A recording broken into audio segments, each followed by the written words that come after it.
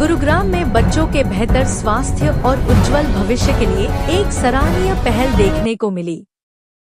Sector 46 स्थित कोग्निएबल केंद्र में कोग्निएबल और द हंस फाउंडेशन के संयुक्त सहयोग से निःशुल्क संपूर्ण बाल स्वास्थ्य जांच शिविर का सफल आयोजन किया गया। इस शिविर में बड़ी संख्या में अभिभावकों ने अपने बच्चों का स्वास्थ्य परीक्षण कराया और देश के जाने-माने विशेषज्ञ डॉक्टरों से परामर्श प्राप्त किया। शिविर का उद्देश्य बच्चों में ऑटिज्म, सेरेब्रल पाल्सी, विकास में देरी, बोलने में कठिनाई, सीखने में समस्या, न्यूरोलॉजिकल और ऑर्थोपेडिक बीमारियों की शुरुआती पहचान कर समय पर उपचार उपलब्ध कराना था।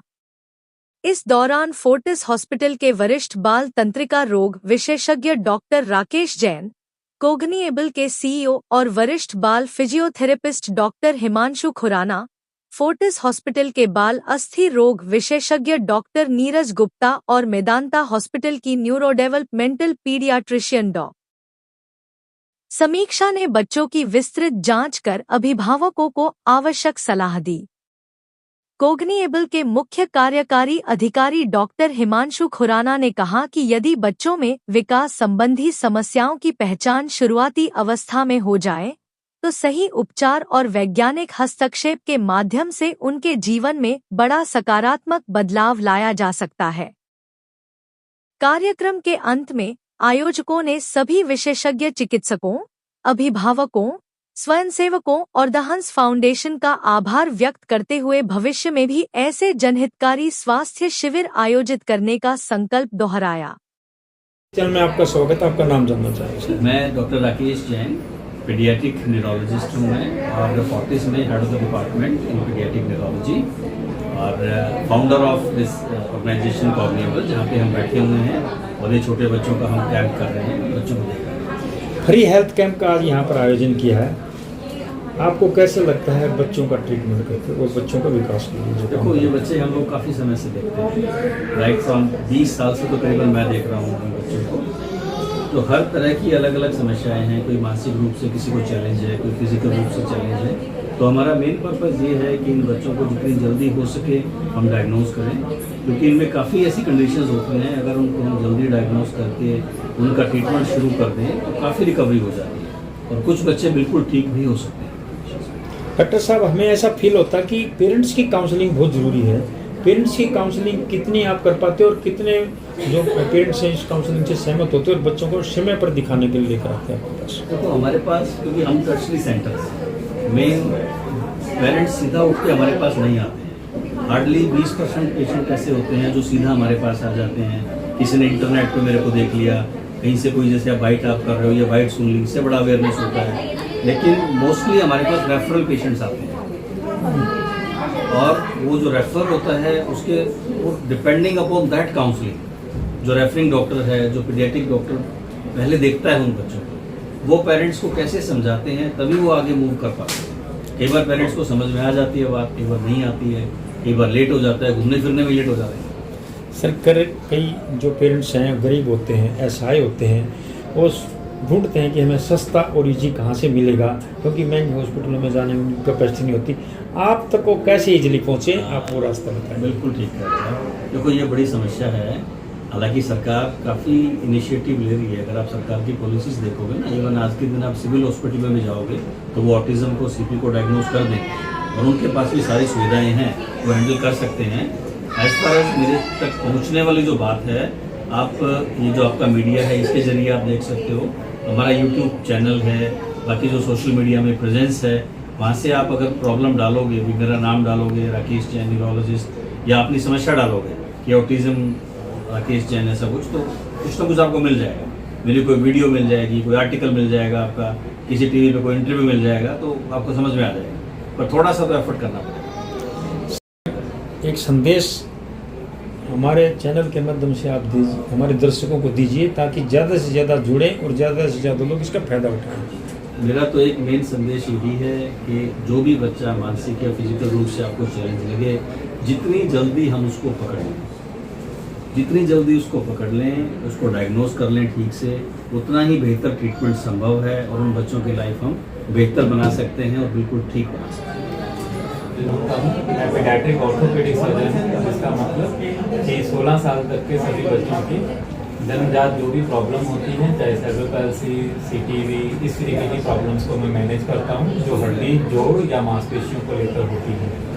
सर, गवर्नमेंट फाउंडेशन और हंस फाउंडेशन ने दोनों आज यहाँ पर ये हेल्थ कैंप का आयोजन किया गया, इनके बारे में क्या मैं सबसे पहले धन्यवाद देना चाहूँगा दोनों ही फाउंडेशंस को, क्योंकि उनके माध्यम से मुझे बच्चों को देखने का अवसर मिला है। पीडियाट्रिक ऑर्थो में बहुत सारी ऐसी चीज़ें होती हैं जो निगलेक्ट हो जाती हैं, समय के साथ बच्चे इलाज तक नहीं पहुंच पाते, चाहे उनके पास साधन भी हों, लेकिन क्योंकि जानकारी की कमी रह जाती है, उसके कारण इन सभी बच्चों में इन प्रॉब्लम्स को समय से इलाज ना मिल पाने के कारण कुछ परमानेंट डिफॉर्मिटीज़ हो जाती हैं। अगर समय से इन्हीं सभी बच्चों को इलाज मिलता है तो वो डिफॉर्मिटीज़ हम प्रिवेंट कर सकते हैं और कुछ हद तक क्योर भी कर सकते हैं। महसूस होता है जब कोई बच्चा ठीक होकर आपके पास आता है, कैसा लगता है? मैं बेसिकली एक ऑर्थोपेडिक सर्जन हूँ, तो पिछले 22 साल से मैं ऑर्थोपेडिक्स की प्रैक्टिस कर रहा हूँ। पहले मैंने भी सभी की तरह बड़ों के, बच्चों के सभी तरीके के ऑर्थोपेडिक इलाज करने शुरू किए, लेकिन समय के साथ इन बच्चों को देखकर मुझे ऐसा लगा कि बच्चों के साथ काम करने का एक अलग ही एक्सपीरियंस है, अलग ही मज़ा है। बच्चे जो हैं आपकी ट्रीटमेंट्स को अच्छे से इम्बाइब करते हैं, पूरा का पूरा परिवार जो है उसमें जुटता है। हमें जो सहयोग परिवार की तरफ से और पेशेंट यानी कि बच्चों की तरफ से मिलता है, जो प्यार मिलता है, मुझे लगता है कि वो अतुल्य है। तो उस प्यार और उस कोऑपरेशन के कारण मैं पीडियाट्रिक ऑर्थो का फील्ड मैंने चूज़ किया, जिसको मैं 1.5-2 दशक से तो हम ये संस्था कोऑर्डिनेटर चलाते हैं, पिछले 10 सालों से हम कार्यरत हैं इस फील्ड में।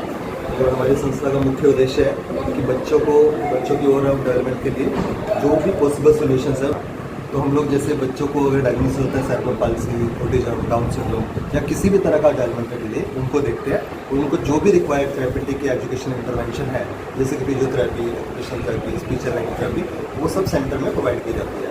आज की कैंप का हमारा मुख्य उद्देश्य था, हमें लगता है बच्चों का एक रेगुलर चेकअप होना चाहिए, बच्चों के ब्रेन के डॉक्टर से, बच्चों के हड्डी के डॉक्टर से, साइकोलॉजिस्ट से, डेवलपमेंटल पीडियाट्रिशियन से, वो पूरी रिहैब टीम से। तो आज पूरी मल्टीडिसिप्लिनरी टीम इस कैंप में अवेलेबल है, जो बच्चों का एक पूरा ऑलराउंड डेवलपमेंट चेक कर रही है और उसके बेस पे उन बच्चों का प्लान बनाया जाएगा, कैसे उन बच्चों को आगे ट्रेन किया जा सकता है ताकि वो अपने भविष्य के लिए अच्छे से अच्छा कर पाए। सर, आज किस जसविंदर कौर, आप यहाँ किस लिए आए आज?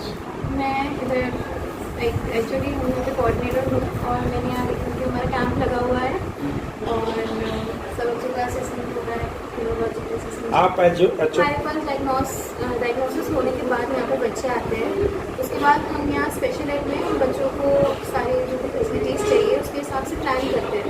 किस बच्चे को OT की ज़रूरत है, किस बच्चे को स्पीच की ज़रूरत है और किस बच्चे को एजुकेशन की।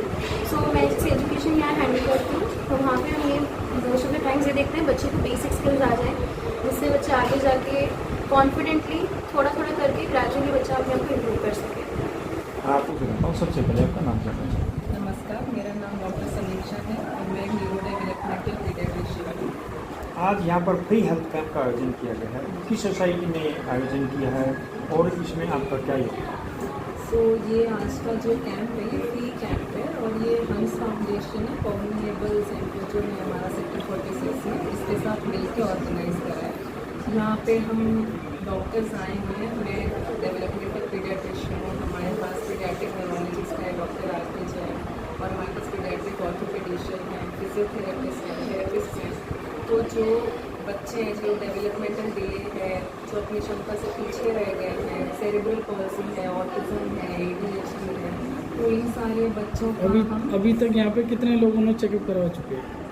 तो अभी तो शुरू ही हुआ है, तो हमने अभी 4-5 बच्चों को देख लिया है और अभी भी बाकी और सारे बाकी। मेरा मानना है जहाँ पे हम बच्चों की असेसमेंट कर पा रहे हैं, डायग्नोसिस हम पता कर सकते हैं बच्चे को क्या नीड्स है, क्या कहाँ पे हम काम कर सकते हैं और क्या नीड्स है बच्चों की। और कैसे पहचानते हो इस बच्चे को, क्या थे? वो डॉक्टर्स करते हैं और हमें पता लगता है कि बच्चे की क्या नीड्स हैं, what are the conditions of the child. Parents को भी आप काउंसलिंग करते हैं? जी जी। कैसे? हम पहले बच्चे से पेरेंट्स से मिलते हैं, we understand the situation of the child and the condition at home, and then we go ahead.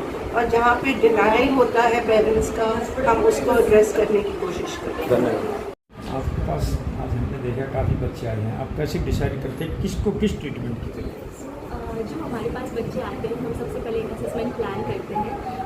Assessment के बिहाफ पे हम डिसाइड करते हैं कि क्या बच्चे का मतलब डे टू डे लाइफ में क्या अफेक्ट कर रहा है, क्या बच्चा का प्रॉपर कम्युनिकेशन है या नहीं है। बच्चे को एक एज एप्रोप्रिएट जो होता है, जैसे 3 साल का बच्चा है, उसको 3 साल की चीज़ें आ रही है या नहीं आ रही है, क्या अपनी एज से वो पीछे चल रहा है, या जैसे कम्युनिकेशन होता है, बच्चा एज एप्रोप्रिएट कम्युनिकेशन है उस बच्चे में या नहीं है। मतलब जितना एज है बच्चा हमारा अपना बोल पा रहा है, समझ पा रहा है, या डे टू डे लाइफ में जितना काम करना चाहिए उतना काम कर पा रहा है। आप कैसे पहचानते हैं इसकी बुद्धि कितनी अच्छी तो है? जैसे स्पीच का बच्चा है, उससे हम कुछ पूछते हैं, बोलते हैं, असेसमेंट एक प्रॉपर असेसमेंट होता है। सो असेसमेंट की ड्यूरेशन में जो अगर स्पीच का बच्चा आता है तो स्पीच थेरेपिस्ट पेरेंट्स संतुष्ट हैं आपको? बिल्कुल सर।